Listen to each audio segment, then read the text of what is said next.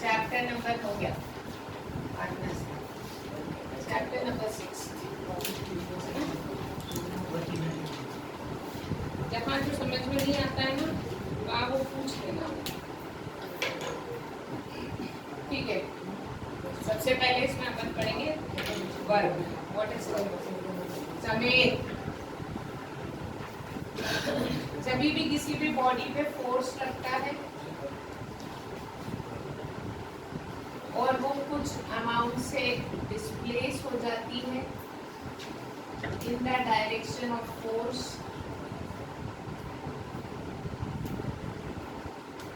तो हम कहते हैं वहां पे वर्क डन हुआ। वर्क डन होना मतलब एनर्जी कंज्यूम, चाहे कोई सी भी एनर्जी कंज्यूम। तो what is work? Work is said to be done whenever force acts on a body and the body moves through some distance in the direction of the force। पहली चीज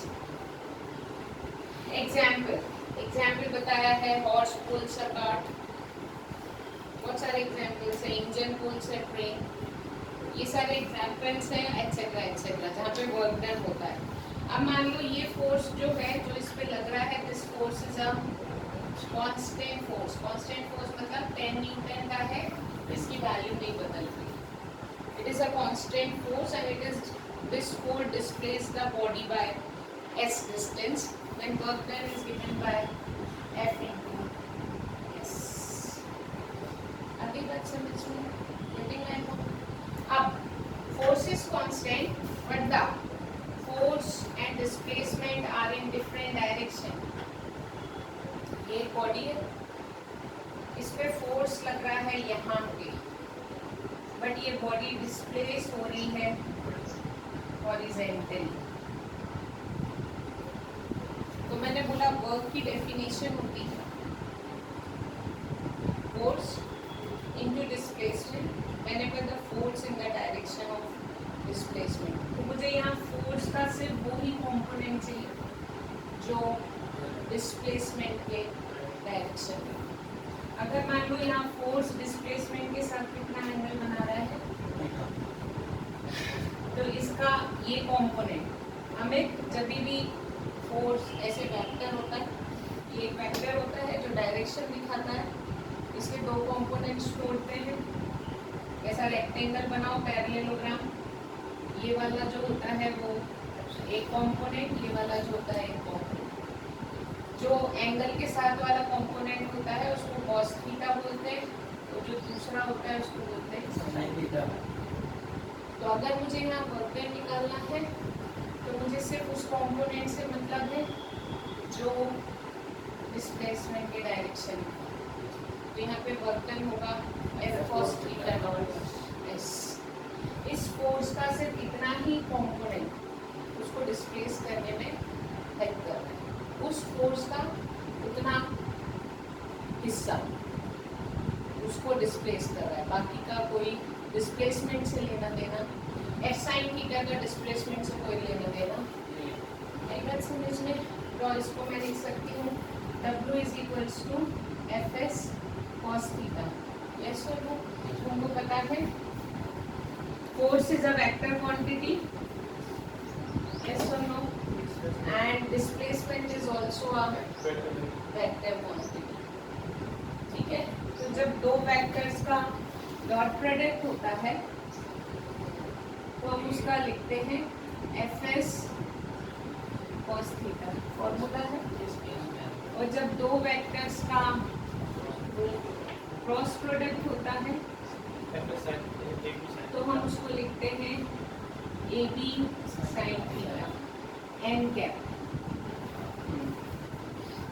क्योंकि जो third vector आता है उसका भी कोई ना कोई डायरेक्शन है।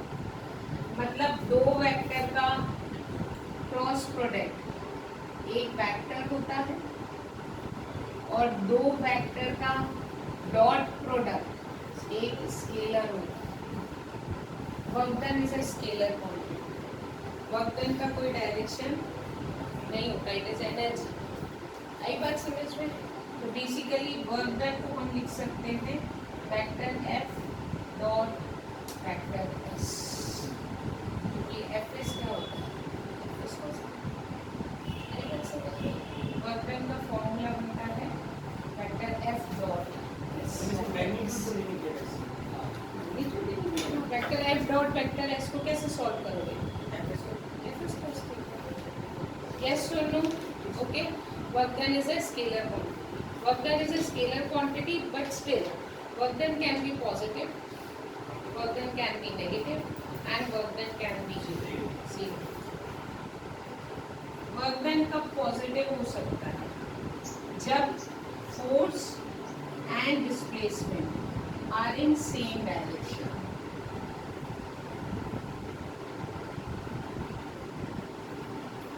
जैसे कि बहुत सारे एग्जाम्पल्स हैं सब। जिस डायरेक्शन में फोर्स लग रहा है उसी डायरेक्शन में यदि बॉडी डिस्प्लेस हो जाए तो ये पॉजिटिव वर्क होता है। वर्क डन हमेशा कोई फोर्स करता है। क्या करता है? Work is done by some force. अगर वो फोर्स का डायरेक्शन और डिस्प्लेसमेंट का डायरेक्शन सेम है तो यहाँ पे by term is very important. Work done का साइन देखने के लिए ये देखना जरूरी है कि तुम किस फोर्स के रिस्पेक्ट में वो वर्क डन की बात कर रहे हो। मेरी बात समझ में? कभी कभी एक बॉडी पे कई फोर्स लगते हैं, तो मैं किस फोर्स और किस डिस्प्लेसमेंट की बात कर रही हूँ वो ध्यान रखना है। ऐसे एग्जाम्पल्स आएंगे। तो वर्क अगर फोर्स और डिस्प्लेसमेंट सेम डायरेक्शन में है तो वो होगा पॉजिटिव वर्क डन। एग्जाम्पल बहुत सारे हैं। When a body falls freely under gravity, मजा आता है गिरा। एक्चुअली नीचे ही फोर्स लग रहा था और वो पेंसिल गिरी भी नीचे। कौन फोर्स लगा रहा था? ग्रेविटी फोर्स लगा रही थी। आई बात समझ में? तो work done by gravity is positive. Getting that point? दूसरा एग्जाम्पल उन्होंने बताया horse pull a cart. Then you are having when a spring is stretched, जब हम किसी स्प्रिंग को स्ट्रेच करते हैं, both the stretching force and the displacement are in same direction. इधर से खींच रहे हो इधर जा रही है, इधर से खींच रहे हो इधर जा रही है। Positive work done. Negative work done when the force and displacement are in very good. When force and displacement are opposite, then work is said to be negative. अपन ने एग्जाम्पल बताया फ्रिक्शन। जब भी कोई बॉडी मूव करती है और अपन work done by friction बोलेंगे तो work done by friction on that body is negative. अपन ने बताया था एक ऐसा प्लेन है, बॉडी खिसक रही है, मोशन कहाँ हो रहा है? यहाँ पे फ्रिक्शन कहाँ लगता है? पीछे। तो यहाँ पे work done by friction is said to be negative. Work done by brake, अपन ब्रेक लगाते हैं ना, स्टिल उसके बाद भी गाड़ी आगे डिस्प्लेस होती है, तो that force is also negative work, है ना। उसके बाद मतलब वो अपोज करना चाहती है मोशन को, बट फिर भी डिस्प्लेसमेंट उसी डायरेक्शन में होता है। इस टाइप के जो फोर्सेस होते हैं, अभी अपन ने when a body is lifted, work done by the gravitational forces. अगर मैं यहाँ वर्क डन बाय मी बोलूँगी तो my work done is positive, क्योंकि मैं फोर्स भी ऊपर ही लगा रही हूँ, डिस्प्लेसमेंट भी ऊपर है। बट अगर मैंने पूछा work done by gravity, gravity तो नीचे फोर्स लगाती है, ये बॉडी उसके ऑपोजिट डिस्प्लेस हो रही है। तो work done by gravity on this body is negative, but work done by me on this body is positive. When work is said to be zero, तीन कंडीशन है।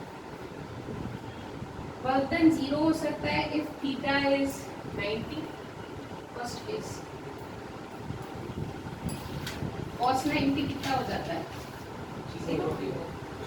वर्क डन होता है fx cos theta, या तो theta 90 हो जाए, मतलब force और डिस्प्लेसमेंट के बीच में कितना एंगल हो?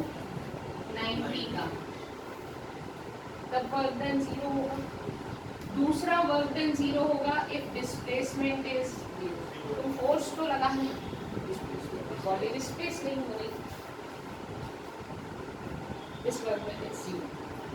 अपन को ऐसा लगता है अपनी एनर्जी तो वेस्ट हो रही है ना, बट वो एनर्जी इसको मूव करने में यूटिलाइज नहीं हो रही। That energy goes somewhere else. पसीना निकल रहा है, हीट हो रही है, व्हाटएवर इट इज। आई बात समझ में? तो डिस्प्लेसमेंट कब 0 होगा? तो मैं इस वॉल को फोर्स लगा रही हूँ but it is not gate displaced, work done is 0। Work done perpendicular, example, a pulley holds luggage at the upper side but it moves in the front direction। ऊपर की तरफ सामान तो नहीं जा रहा है, जबकि वो डिस्प्लेस, जबकि वो पकड़ा तो उसको ऊपर है ना। Force by pulley is in upward direction but the luggage is also moving in the, तो work done by force of pulley is 0 on that luggage. अपने तो लगता है मेहनत तो खूब कर रहा है यार, मेहनत तो मैं भी कर रही हूँ उस वक्त। ये वर्क डन फिजिक्स में मैटर नहीं करता। हाँ तो मैं क्या बोल रही हूँ, डिस्प्लेसमेंट इधर हो रहा है और वर्क लगेज पे फोर्स कहाँ लग रहा है, एंगल कितना है, लगेज डिस्प्लेस कहाँ हो रहा है, आगे की तरफ, और वो ऊपर की तरफ लगा रहा है, तो फिर वो एंगल कितना होगा। ऐसे ऐसे कई एग्जाम्पल जहाँ पे 90 डिग्री हो, जैसे कि उसने बताया है for a body moving in a circular path the centripetal force and displacement are perpendicular. जब कोई बॉडी सर्कल में घूमती है, सेंट्रीपिटल फोर्स लगता है सेंटर की टुवर्ड्स, और वो बॉडी डिस्प्लेस होती है परपेंडिकुलरली एट एवरी पॉइंट। तो इसके बीच का एंगल कितना हो रहा है, work done bye centripetal force 0। Getting my point? तो ऐसे वर्क डन पॉजिटिव भी हो सकते हैं, नेगेटिव भी हो सकते हैं और 0 भी हो सकते हैं। What is the unit of work done? Joule. The SI unit of work done is joule. So 1 joule is equals to 1 newton into 1 metre. तो joule is called as newton per Newton.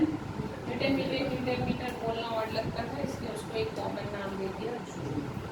अगर CGS unit बोला जाए, CGS unit एक system है, यहाँ पे होता है 1 erg is equals to 1 dyne into 1 centimetre.